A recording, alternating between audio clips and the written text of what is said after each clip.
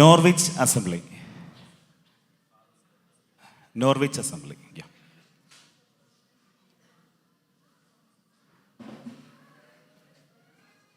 ഞാൻ ഡിബിനച്ചാനോട് ചോദിച്ചു, നിങ്ങൾക്ക് എത്ര മണിക്കൂർ യാത്രയുണ്ട് മാഞ്ചസ്റ്ററിലോട്ടെന്ന്.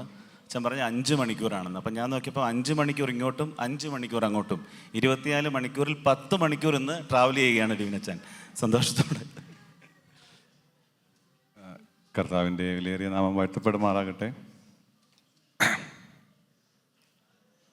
UK വന്നിട്ട് ആദ്യമായിട്ട് ഒരു മലയാളം മീറ്റിങ്ങിന് കൂടിയത് ഈ അസംബ്ലിയിലാണ്. ഞാൻ നാട്ടിൽ ട്രിവാൻഡ്രത്താണ്, അവിടെ സുവിശേഷ വേലയോടുള്ള ബന്ധത്തിലായിരുന്നു. എന്നാൽ ഞങ്ങൾ അവിടെ നിന്ന് ഞങ്ങളുടെ അടുത്ത ഒരു അസംബ്ലിയിൽ നിന്നൊരു ചേഞ്ച് ആഗ്രഹിച്ചു.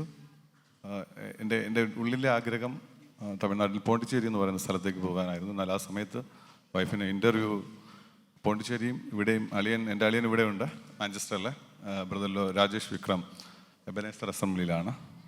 അവൻ ഇവിടെ ഒരു ഇൻ്റർവ്യൂ അറേഞ്ച് ചെയ്തു. അങ്ങനെ അത് പോണ്ടിച്ചേരി കിട്ടിയില്ല, ഇങ്ങോട്ട് കിട്ടി. കുറച്ച് നാൾ ഞങ്ങൾ വെയിറ്റ് ചെയ്ത് പിന്നെ അങ്ങനെ ഇവിടെ വന്നപ്പോഴും എൻ്റെ ആഗ്രഹം നാട്ടിലെ പ്രവർത്തനങ്ങളുമായി മുമ്പോട്ട് പോകുക എന്നുള്ളതായിരുന്നു. നാട്ടിലെ പ്രവർത്തനങ്ങളുമായി മുമ്പോട്ട് പോകണം, അതുകൊണ്ട് എത്രയും വേഗം തിരികെ പോകാനാണ് പ്ലാൻ ചെയ്തിരുന്നത്. അപ്പോൾ ഈ സ്ഥലത്തൊരു പ്രവർത്തനത്തിന് സാഹചര്യമുണ്ട് എന്നുള്ളത് ഒരിക്കലും ചിന്തിക്കാൻ കഴിയുന്നതല്ല. രണ്ടാമത് എൻ്റെ ഇംഗ്ലീഷ് ഞാൻ വന്ന സമയത്ത് വാട്ടെന്ന് പറഞ്ഞാൽ പിന്നെ ഫുഡ് എന്നാണ് ഞാൻ വിചാരിച്ചത്, എന്തോ ഒരു പുതിയ ഐറ്റം ആഹാരമായിരിക്കും എന്നാണ്. എന്നാൽ ഇപ്പോഴാണ് അത് എന്താകുന്നു എന്നുള്ളതൊരു മീനിങ് മനസ്സിലായിട്ട് എന്താണ് എന്ന് ചോദിച്ചതെന്ന് മീനിങ് മനസ്സിലാകുന്നത് ഈ അടുത്തൊക്കെയാണ്. അപ്പോൾ അതുകൊണ്ട് ഇവിടെ നിൽക്കാനായിട്ട് വലിയ താല്പര്യമില്ലായിരുന്നു. എന്നാൽ ഞാൻ ആ സമയത്താണ് എൻ്റെ ബ്രദർ ജിബോയ് ബ്രദറിനെ ഞങ്ങൾ പരിചയപ്പെട്ടു. വളരെ യാദൃശ്ചിയാൽ പരിചയപ്പെട്ടു. അങ്ങനെ ഞങ്ങൾ ഇവിടെ മീറ്റിങ്ങിന് വന്നപ്പോൾ ഇവിടുത്തെ സൺഡേ സ്കൂളിലെ കുഞ്ഞുങ്ങളൊക്കെ മീറ്റിങ്ങിന് അറ്റൻഡ് ചെയ്യുന്നത് കണ്ടപ്പോൾ എനിക്ക് തോന്നി മലയാളം പ്രവർത്തനത്തിന് അവരതിനു മുമ്പേ എന്നെ പ്രോത്സാഹിപ്പിക്കുന്നുണ്ട്. ബ്രദർ, നമുക്കൊരു മീറ്റിംഗ് വേണം, ഇവിടെ ബ്രദർ എന്തായാലും ദൈവം അയച്ചതാണ്, അപ്പോൾ ഇവിടം വിട്ടു പോകുന്നത് നല്ലതല്ല എന്നൊക്കെ ജിബോയ് ബ്രദർ ഫാമിലി എന്നെ എപ്പോഴും ഫോഴ്സ് ചെയ്യാറുണ്ടായിരുന്നു. എനിക്കതിനോട് വലിയ താല്പര്യമില്ല. പക്ഷെ ഇവിടെ വന്ന് കണ്ടപ്പോൾ എനിക്ക് തോന്നി അതിനൊരു ചാൻസ് ഉണ്ട് എന്ന്. എന്തെങ്കിലും ഒരു കാര്യമുണ്ടെങ്കിൽ പ്രാർത്ഥിക്കാമെന്ന് പറഞ്ഞു. അങ്ങനെ 2022 നവംബറിൽ ഞങ്ങളുടെ വീട്ടിൽ വെച്ചൊരു പ്രയർ സെൽ ആരംഭിച്ചു. അത് ചെറിയ രീതിയിൽ ദൈവം അനുഗ്രഹിച്ചു. പല സഹോദരങ്ങളായിട്ട് ഞങ്ങൾക്ക് പലർക്കും പരിചയപ്പെടുവാനും കൂടി വരുവാനും ഇടയായി.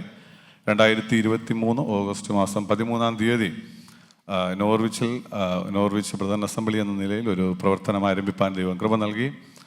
ഞങ്ങളുടെ സഹോദരങ്ങൾ വന്നിട്ടുണ്ട്, പലർക്കും കടന്നു വരാൻ കഴിഞ്ഞിട്ടുമില്ല.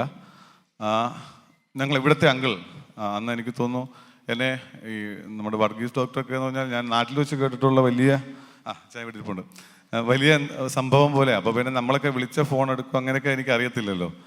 എന്നാലും ആദ്യം വന്ന് ഞാൻ വിളിച്ചത് പുള്ളിയാണ്.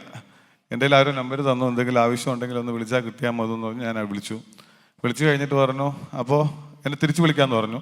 അടുത്ത എൻ്റെ കയ്യിൽ കിട്ടിയത് ഷാജു അങ്ങനെ നമ്പറാണ്. അപ്പം തന്നെ വിളിച്ചു, 2 പേര് സമയത്ത് വിളിച്ചു. അപ്പോൾ ഈ ഞങ്ങളിങ്ങനെ കാര്യങ്ങളൊക്കെ സംസാരിച്ചപ്പോൾ എന്നെ വളരെ ഹെൽപ്പ് ചെയ്തു. വളരെ പല കാര്യങ്ങളിലും ഞാൻ വിചാരിച്ചില്ല ഇത്രയും ഈ വലിയ സഭകൾ നടത്തുന്നവരൊക്കെ ഇത്രയും സപ്പോർട്ടീവ് ആയിരിക്കും എന്നുള്ളത്. നമ്മുടെ ഷാജു അങ്കിളും ബിജു കാലടി ബ്രദറൊക്കെയാണ് ഞങ്ങളുടെ കഴിഞ്ഞ 2023 ഓഗസ്റ്റ് മാസം 13-ാം തീയതി സ്തോത്രം ചെയ്ത് ഞങ്ങൾ ആരംഭിക്കുന്ന സമയത്ത് അവിടെ കടന്നു വന്നത്. അപ്പോൾ തന്നെ ഞാൻ ഒരു പാർട്ട് ടൈം ജോലി ചെയ്യുന്നുണ്ടായിരുന്നു. അവിടെ തന്നെ ഒരു ഫുൾ ടൈം ആക്കി അവർ കണ്ടിന്യൂ ചെയ്യാനായിട്ടിടയായി. ദിവസങ്ങൾ മുമ്പോട്ട് പോകുമ്പോൾ ഞങ്ങളുടെ ഇംഗ്ലീഷ് അസംബ്ലി ഗോസ്പൽ ഹോൾ, കോട്ടിഷാൽ ഗോസ്പൽ ഹാളിൽ അവിടെയുള്ള പ്രായമുള്ള 6-7 പേരേ ഉള്ളൂ. അവരുടെയൊക്കെ സന്ദർശിക്കാനൊക്കെ ഞങ്ങൾ പോകും. ആദ്യം അത് അവർക്ക് പരിചയമില്ല, പിന്നെ അവരതൊക്കെ വളരെ ഹാപ്പിയായി. മലയാളം വർക്കിനെ അവർ വളരെ സപ്പോർട്ട് ചെയ്തു, ഇപ്പോഴും സപ്പോർട്ട് ചെയ്യുന്നു.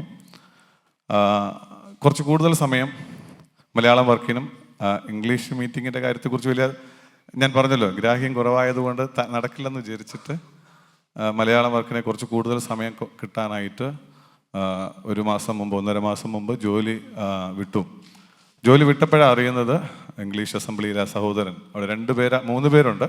2 പേര് വളരെ സുഖമില്ലാത്ത, ഒരു സഹോദരൻ വളരെ എങ്ങറല്ല റിട്ടയർഡായ ഒരു ബ്രദറുണ്ട്, VD ജഫ്രി എന്ന് പറയും. ആ ബ്രദറും പ്രവർത്തനങ്ങൾക്കൊരു സാഹചര്യമുണ്ടെങ്കിൽ നമുക്ക് ഒരുമിച്ച് മുമ്പോട്ട് പോകാം എന്നുള്ള രീതിയിൽ എന്നോട് സംസാരിക്കുകയും ഇപ്പോൾ ചെറിയ രീതിയിൽ ഇംഗ്ലീഷ് മീറ്റിങ്ങുകൾക്കൊക്കെ നമ്മളിങ്ങനെ ഓൺലൈനിലും പിന്നെ എന്തെങ്കിലും മീറ്റിങ്ങുകളുണ്ടെങ്കിൽ ആ സഹോദരൻ വന്ന് വിളിച്ചു കൊണ്ടുപോകും. മലയാളം പ്രവർത്തനം വളരെ എന്നെ അത്ഭുതപ്പെടുത്തി. UK ഈ സമയത്ത് നമ്മൾ സമയം കൂടുതൽ ചിലവാക്കിയാൽ അത് ഗുണമാകുമോ ദോഷമാകുമോ എന്നുള്ള കാര്യത്തിൽ ഒരു ചിന്തയുണ്ടായിരുന്നാൽ ഈ ഒത്തിരി ഫാമിലീസ് നാട്ടിൽ നിന്ന് വന്നിട്ടുണ്ട്. അവരൊക്കെ പലവിധമായ പ്രയാസങ്ങളിലൂടെ പോകുന്നു. മിക്കവാറും ഫാമിലി ഇഷ്യൂസാണ്. അപ്പോൾ ഞങ്ങൾ ഈ കൗൺസിലിംഗ് ഒന്നും വലിയ അറിവില്ല, ബൈബിള് മാത്രമേ അറിയാവൂ. പല ഫാമിലീസും പല രാത്രിയിലൊക്കെ വിളിക്കുമ്പോൾ അവരോട് ബൈബിളിൽ നിന്ന് പറയാൻ, പോയി കാണുവാനൊക്കെ ദൈവം കൃപ നൽകി. അപ്പോൾ ജോലി വിടുന്ന കാര്യത്തിനൊരു പ്രയാസം എനിക്ക് തോന്നിയില്ല. കാരണം ഞങ്ങൾ വന്ന സമയത്ത് ഞാനും എൻ്റെ വൈഫും കൂടി ഒരു ആഗ്രഹം ഉണ്ടായിരുന്നു. ഞാൻ ജോലി ചെയ്യുന്ന പൈസ എൻ്റെ പേഴ്സണൽ ചെലവിനും പിന്നെ പ്രവർത്തനത്തിനും വന്നായിരുന്നു. 1.5 വർഷം അവളുടെ സാലറി പോയി. ഇപ്പോൾ അവൾ നേഴ്സായി, കെയറായിട്ട് വന്ന ആളാണ്, നേഴ്സായി. ഞങ്ങളുടെ സഭയിൽ നിന്ന് വന്നിട്ടുള്ള സഹോദരങ്ങൾ മുമ്പോട്ട് വരും. ഞങ്ങളൊരു പാട്ട് പാടാനാണ് പ്ലാൻ ചെയ്തത്. അതിങ്ങനെയാണ്: KV ചേറു എന്ന് പറയുന്ന നമ്മുടെ നിത്യത്തിൽ ചേർക്കപ്പെട്ട അപ്പച്ചൻ്റെ ഒരു പാട്ടാണ്. ആ പാട്ടിൻ്റെ പിന്നാമ്പുറം നിങ്ങളെ ഒന്ന് കേൾപ്പിക്കുകയും ആ പാട്ടിൽ എന്നെ ചിന്തിപ്പിച്ച ഒരു ആലോചന ഒന്ന് പറയണമെന്നുണ്ടായിരുന്നു. ഒത്തിരി മിനിറ്റ് എടുത്തു. നമ്മുടെ സഭയുടെ പ്രവർത്തനങ്ങൾ പറഞ്ഞല്ലോ, മലയാളം പ്രവർത്തനങ്ങൾ നന്നായിട്ട് പോകുന്നു. ചില ഫാമിലീസിന് ഇപ്പോൾ പരിചയപ്പെട്ടുകൊണ്ടിരിക്കുന്നു. എല്ലാവരുടെ അകമഴിഞ്ഞ് ഞങ്ങളുടെ സൺഡേ സ്കൂളിൻ്റെ കാര്യങ്ങളുമായി ബന്ധപ്പെട്ട് ഞാനിപ്പോൾ സംസാരിക്കുന്നു. കാരണം കുറച്ച് കാര്യങ്ങൾ ഞങ്ങൾക്ക് അവിടെ ചെയ്യേണ്ടിയുണ്ട്. ഈ DBS അങ്ങനെയൊക്കെയുള്ള കുറേ കാര്യങ്ങൾ ചെയ്യാനുണ്ട്. അപ്പോൾ അതുകൊണ്ട് നമ്മുടെ നോർവിച്ച് ബ്രദർ അസംബ്ലി എല്ലാവരും ഓർത്ത് പ്രാർത്ഥിക്കുക. ഈ എന്നെയും കുടുംബമായിട്ട് നിങ്ങൾ ഓർക്കണം. ആവശ്യമായ ദൈവകൃപ വേണം.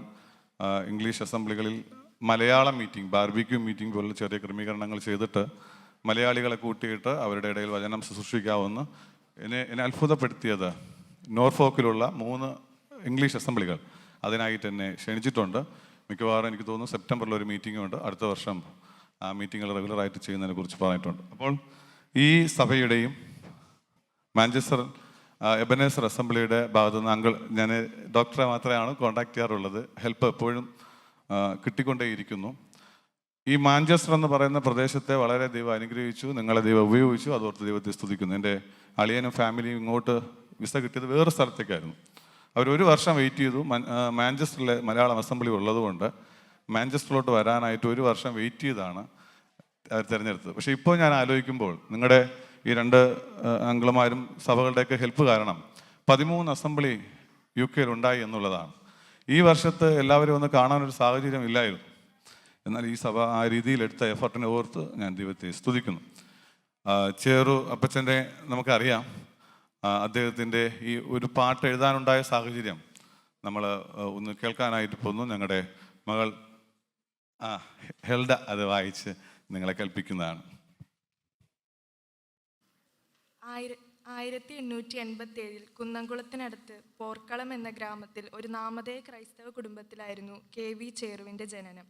തൻ്റെ 20-ാം വയസ്സിൽ യേശു കർത്താവിനെ സ്വന്തം രക്ഷിതാവായി സ്വീകരിക്കുന്നതിനുള്ള ഭാഗ്യം ലഭിച്ചു. 23-ാം വയസ്സിൽ സുവിശേഷ പ്രവർത്തനത്തിനായി തന്നെ സമ്പൂർണ്ണമായി സമർപ്പിച്ചു. 26-ാം വയസ്സിൽ മിഷണറി V. നാഗലിൻ്റെ കൈക്കീഴിൽ വിശ്വാസസ്നാനം ഏൽക്കുകയും ചെയ്തു. 1906 ദൈവം ചേറുവിന് ഒരു പെൺകുഞ്ഞിനെ നൽകി. ഹന്ന എന്നവർ കുഞ്ഞിനെ പേരിട്ടു. ഒരു ദിവസം അദ്ദേഹത്തിൻ്റെ വീട്ടുകാരും ചാർച്ചക്കാരും ഒന്നടങ്കം സമുദായത്തിൻ്റെ നിയമപ്രകാരം കുഞ്ഞിനെ മാമോദീസ മുക്കുന്നതിന് ആവശ്യപ്പെട്ടു. എന്നാൽ അത് വചനാനുസരണമല്ലെന്നും വിശ്വാസസ്നാനമാണ് ശരിയെന്നും ഉപദേശി അവർക്ക് പറഞ്ഞുകൊടുത്ത് അവരുടെ ആവശ്യത്തെ എതിർത്തു. എന്നാൽ കുഞ്ഞിനെ മാമോദീസ മുക്കുവാൻ നിർബന്ധിച്ചുകൊണ്ട് വീട്ടുകാരും പട്ടക്കാരും മുന്നിട്ടിറങ്ങി അദ്ദേഹത്തെ ഭീഷണിപ്പെടുത്തി. തൻ്റെ പിതാവ് 2 സന്ദർഭങ്ങളിലായി ഈ കാരണം ചൊല്ലി ചേറുവിനെ നിർദ്ദയം പ്രഹരിച്ചു. അവർ ഒന്നടങ്കം ചേറുവിനെതിരായി. മാത്രമല്ല, പോർക്കളത്തുള്ള തൻ്റെ സ്വന്തം ഭവനത്തിൽ നിന്ന് ചേറുവിനെയും ഭാര്യയെയും കുഞ്ഞിനെയും ഇറക്കിവിട്ടു. ചേറു നിറകണ്ണുകളോടെ ഭാര്യയുടെ കണ്ണുനീർ തുടച്ചു കൊടുത്തുകൊണ്ട് കുഞ്ഞിനെയും ചേർത്ത് പിടിച്ച് താൻ കുന്നംകുളത്തേക്ക് നടന്നു. ആരും അവരെ തിരികെ വിളിക്കുന്നതിനോ സംരക്ഷണം കൊടുക്കുവാനോ തയ്യാറായില്ല. ഇനി എവിടെ പാർക്കും, കുഞ്ഞിനെ എങ്ങനെ സംരക്ഷിക്കും, ഇങ്ങനെ ഉത്തരമറിയാത്ത ചോദ്യങ്ങൾ ചേറുവിൻ്റെ ഹൃദയത്തിൽ പൊങ്ങി വന്നു. എന്നാൽ കുന്നംകുളത്തെ വിശ്വാസ സമൂഹം അവരെ അവഗണിക്കുവാൻ തയ്യാറായില്ല. അവർ നിറഞ്ഞ സ്നേഹത്തോടെ അവരെ കൈക്കൊണ്ടു. ചേറുവിൻ്റെയും ഭാര്യയുടെയും കണ്ണുനീരൊപ്പുവാൻ അവർ ഒരുക്കമായിരുന്നു. കൂട്ടുകാരും നാട്ടുകാരും വെറുത്തപ്പോൾ, മാതാപിതാക്കൾ കൈവെടിഞ്ഞപ്പോൾ, കൂട്ടായിത്തീർന്ന സ്നേഹനിധിയായ കർത്താവിൻ്റെ അതിരില്ലാത്ത സ്നേഹവും സംരക്ഷണവും ഓർത്ത ചേറു ഇപ്രകാരം കുറിച്ചു: കൂട്ടം വെറുത്തു, കുലവും വെറുത്തെന്നെ, കൂട്ടുകാരും വെറുത്തു. എന്നാൽ കൂട്ടായി തീർന്നെൻ്റെ സ്വർഗീയ സ്നേഹിതൻ കഷ്ടകാലത്തും വിടാം. അനേകായിരങ്ങൾ പാടി ആശ്വാസം കണ്ടെത്തുന്ന ഇద్దരയിൽ എന്നെ ഇത്രമേൽ സ്നേഹിപ്പാൻ എന്ന മനോഹരമായ ഗാനം പിറവിയെടുക്കുവാനുണ്ടായ പിന്നാമ്പുറ ചരിത്രമാണിത്. ഈ പാട്ടിൻ്റെ അവസാനത്തെ 3 കണ്ണികകളാണ് ഞങ്ങൾ പാടുന്നത്. ആദ്യത്തെ 2 കന്യകകളെ കുറിച്ച് നമുക്കത് പാടുമ്പോൾ തന്നെ ഇന്ന് രാവിലത്തെ ക്ലാസ് വളരെ അനുഗ്രഹമായിരുന്നു. നമ്മൾ സഫർ ചെയ്യുന്ന അല്ലെങ്കിൽ ഒരു വിശ്വാസി സകല കഷ്ടതകളെക്കുറിച്ചുള്ള കാര്യങ്ങളൊക്കെ നമ്മളിന്ന് ചിന്തിക്കുകയായിരുന്നു. എന്നാൽ അവസാനത്തെ കന്യക മുമ്പിലും പിമ്പിലുമായി നടന്ന് ഇമ്പമുള്ള രാജ്യത്തിലേക്ക് എന്നെ ചേർക്കണമേ എന്ന് ഈ അപ്പച്ചൻ എഴുതിയ വരികൾ എന്നെ എപ്പോഴും ചിന്തിപ്പിക്കാറുണ്ട്. അത് ഞങ്ങളുടെ നാട്ടിൽ ഞങ്ങളുടെ സഭാ ഹോളിൻ്റെ സ്തോത്രശുശ്രൂഷ സമയത്ത് ഒരു സഹോദരൻ പറഞ്ഞ കാര്യം ഞാൻ അതുമായി ചിന്തിച്ച് ഓർക്കാറുണ്ട്. കാരണം മുമ്പിലും പിമ്പിലുമായി ദൈവം നമ്മെ നടത്തുന്നു. നമുക്ക് ആവശ്യമായ എല്ലാ നന്മകളും നൽകിയിട്ടുണ്ട്. 5 വർഷം മുമ്പ്, 2 വർഷം മുമ്പ്, 1 വർഷം മുമ്പുള്ള നമ്മുടെ ലൈഫ് തിരിഞ്ഞു നോക്കിയാൽ എത്രയോ ഉന്നതമായിരിക്കുന്നു, അല്ലെ അതിനേക്കാൾ എത്രയോ മുമ്പോട്ട് നമ്മൾ പോയിരിക്കുന്നു. ഇതുപോലെ ദൈവം മുമ്പിലും പിമ്പിലുമായി നടത്തിയതാണ് ഇസ്രായേൽ ജനത്തെ 40 വർഷം. അവർ പകൽ മേഘസ്തംഭം, രാത്രി അഗ്നിസ്തംഭം, മന്ന പൊഴിച്ചും കാട പൊഴുതും അവരെ ദൈവം നടത്തി. എന്നാൽ 95-ാം സങ്കീർത്തനം സാംസ് 95 വേഴ്സ് 10 വരുമ്പോൾ കർത്താവ് അവരെ നോക്കി പറഞ്ഞു, ഈ ജനത്തോട് അല്ലെങ്കിൽ ആ തലമുറയോട് 40 സംവത്സരം എനിക്ക് അവരോട് നീരസമായിരുന്നു. ദൈവം ചെങ്കടലിനെ വിഭാഗിച്ചും പാറയെ പിളർന്നും മാറയെ മധുരമാക്കിയും കർത്താവിൻ്റെ എല്ലാ സംരക്ഷണത്തിലൂടെ നടത്തിക്കൊണ്ടുവന്ന ജനത്തെ നോക്കിയിട്ട് പറഞ്ഞത് എനിക്ക് അവരോട് നീരസമായിരുന്നു. നമ്മളോട് ദൈവം ചോദിക്കുന്ന ഒരു ചോദ്യം, ഇന്ന് നമ്മുടെ സഹോദരൻ നമ്മോട് ഡീറ്റെയിൽ ആയിട്ട് ആ ക്ലാസ്സുകൾ എടുത്തുവെങ്കിലും ഞാൻ പറയട്ടെ, ദൈവം നമുക്ക് നൽകിയ നന്മയിൽ എത്രത്തോളം തിരിഞ്ഞു നോക്കിയിട്ട് കർത്താവെ നിനക്ക് എന്നോട് നീരസമാണോ എന്നൊരു ചോദ്യം കൂടെ ഈ പാട്ട് ഇനി നമ്മൾ പാടുമ്പോൾ ചോദിക്കാനിടയായി തീരണം. നമ്മളിപ്പോൾ ആ പാട്ട് നമുക്ക് 3 ചരണങ്ങളും പാടാം.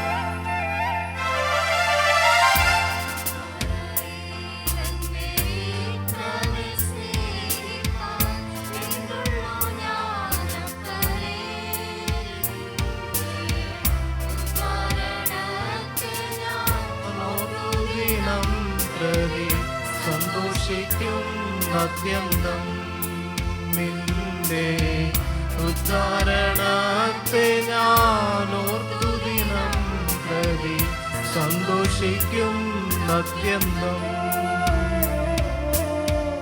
പുത്രന്റെ സ്നേഹത്തെ ഞാവും വെറുത്തും വെറുത്തു എന്നാൽ കൂട്ടായി തീർന്നന്റെ സ്വർഗീയ സ്നേഹിതൻ കഷ്ടകാലത്തും വീടാ എന്നാൽ കൂട്ടായി തീർന്നന്റെ സ്വർഗീയ സ്നേഹിതൻ കഷ്ടകാലത്തും വീടാ.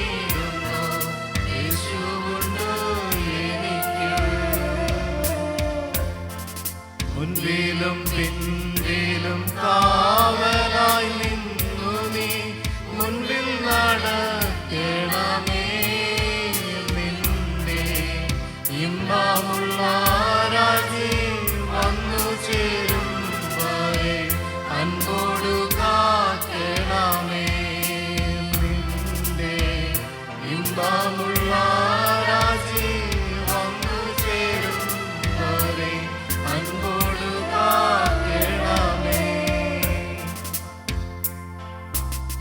കരയിലെന്നെ ഇത്രമേൽ സ്നേഹിപ്പാൻ എന്നുള്ളൂ ഞാനപ്പനേ. നിന്റെ ഉദ്ധാരണത്തെ ഞാൻ ഓർത്തു ദിനം പ്രതി സന്തോഷിക്കും അത്യന്തം. നിന്റെ ഉദ്ധാരണത്തെ ഞാൻ ഓർത്തു ദിനം പ്രതി സന്തോഷിക്കും അത്യന്തം. ഈ സമയം അനുവദിച്ചു തന്ന സഭയോടുള്ള നന്ദി വിശേഷാൽ അറിയിക്കും.